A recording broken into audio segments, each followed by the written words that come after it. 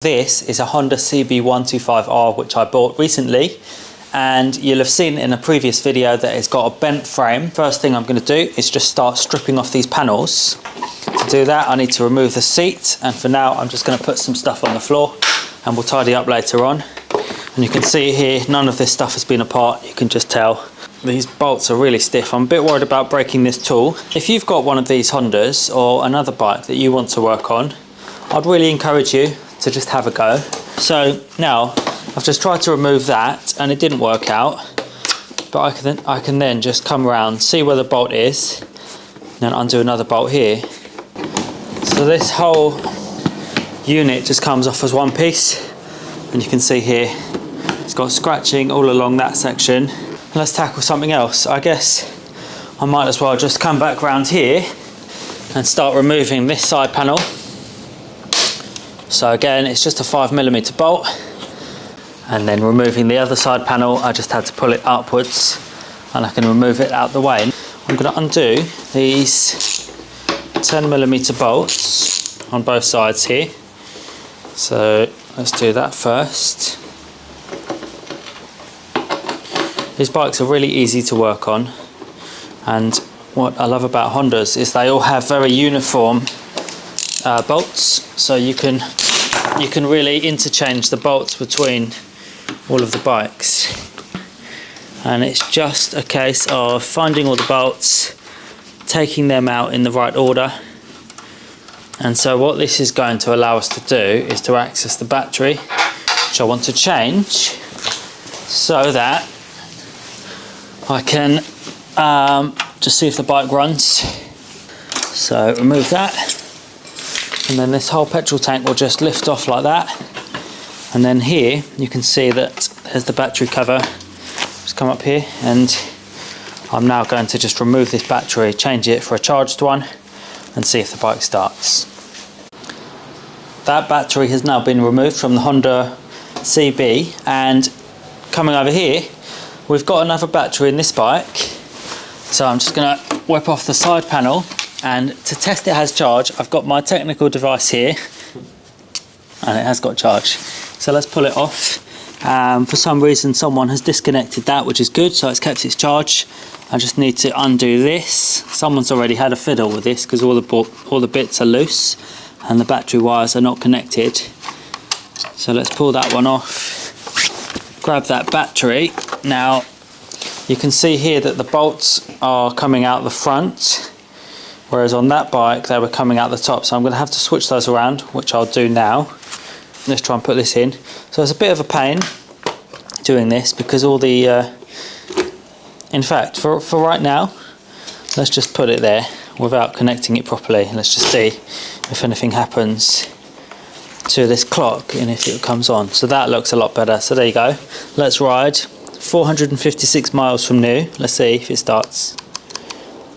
Okay, we need to fiddle with it a bit to get it to start, but 456 miles. Let's test some stuff. Horn, indicators. It's looking good. Now this is a fuel injected bike, so when I turn the key I should hear the fuel injection pump prime. And so I've pulled this fuse box out, and you can see here the top one says ignition FI ECU, and that's the one that we think is blown. That little bit of metal inside is melted, and that means that this fuse is blown. So in all of these Honda fuse boxes they give you spares. So there's one, a 10, which is the same, a 10 fuse. So if I just put that one up in there, then when I turn this, hopefully the fuel pump will work.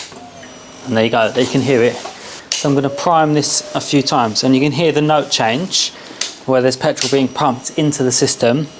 So I just do it about 4 times, and then let's just see if I take the side stand off, and it starts. And that sounds pretty good, doesn't it? We're taking off the rear side, the rear fairings, which is these. So that's a couple of 5mm bolts, and then this is the rear number plate hanger, which just needs to be pulled off and out of the way. And I'm going to start stripping down this front end. Now we are undoing these rear wires, pressing that one down, and then pulling out. now the front mudguard is being removed, and it's just a case of undoing the 8mm bolts. So that'll come off, and it's broken anyway, but I'm going to do a custom build on this bike. You'll see later why I'm keeping all these parts, because I'm going to do a custom build. There's no point putting this bike back to standard, so I'm going to do some fun stuff. So we are getting there with this Honda, and you can see the bike is now being tipped over, and the cooling fluid is all going to come out. So this is a very important stage to depollute before we press on. So there it is, nice blue clear stuff. Oh, it's still coming. It's having a second wind. I might just come around the other side and just show the progress. So basically all the parts are coming off. We still need to take off the radiator, and all of these wirings and bits and pieces, they're all going to come off. It's a lot of work. We've been at it a couple of hours, but we will get there, and soon enough we'll just have a rolling chassis with the engine in it, and that'll be good. So the bike is nearly stripped, and we're just pulling off the exhaust, and that is two 12mm bolts, and that'll just fall off. This is a really hard bike to strip actually. It's taken ages. There's all sorts of fiddly wiring around the place.